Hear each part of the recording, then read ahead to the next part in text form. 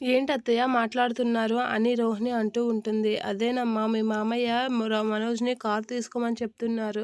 నువ్వైనా చెప్పు. నువ్వైనా వాడితో పాటు కంపెనీకి వెళ్ళి కారు తీసుకోయమ్మా! వాడసలు చెప్తుంటే వినట్లేదు అని చెప్పేసి ప్రభావతి అయితే అంటూ ఉంటుంది.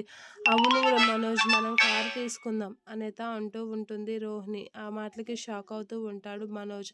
ఇక అవును మనోజ్ నువ్వు మీ బాస్‌ని అడిగేసి లోన్ మీద మనం కారు తీసుకుందాం. కారుంటే మనకి మంచిది కదా! అని చెప్పేసి రోహిణి అయితే అంటూ ఉంటుంది. ఆ మాటలకి మనోజ్ అయితే షాక్ అయ్యి రోహిణికి ఏం చెప్పలేక అలా చూస్తూ ఉంటాడు. ఇక "అత్తయ్య మీకొక విషయం తెలుసా?" అని చెప్పేసి అంటూ ఉంటుంది. "ఏంటమ్మా?" అని అంటూ ఉంటుంది ప్రభావతి.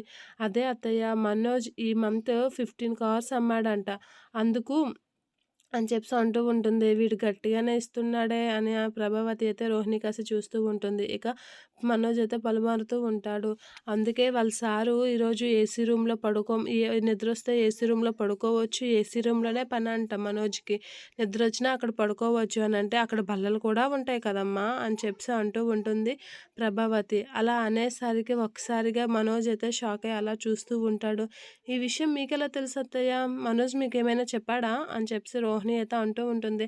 "అది కాదమ్మా, అది కాదు. అలా మామూలుగా ఉంటాయి కదా!" అని అన్నానంతే అని చెప్పేసి తడబడుతూ ఉంటుంది. మనోజ్ అయితే కంగారు పడుతూ ఉంటాడు. మా అమ్మ నన్ను ఇరికించేటట్లుగా ఉంది అనైతే కంగారు పడుతూ ఉంటాడు మనోజ్.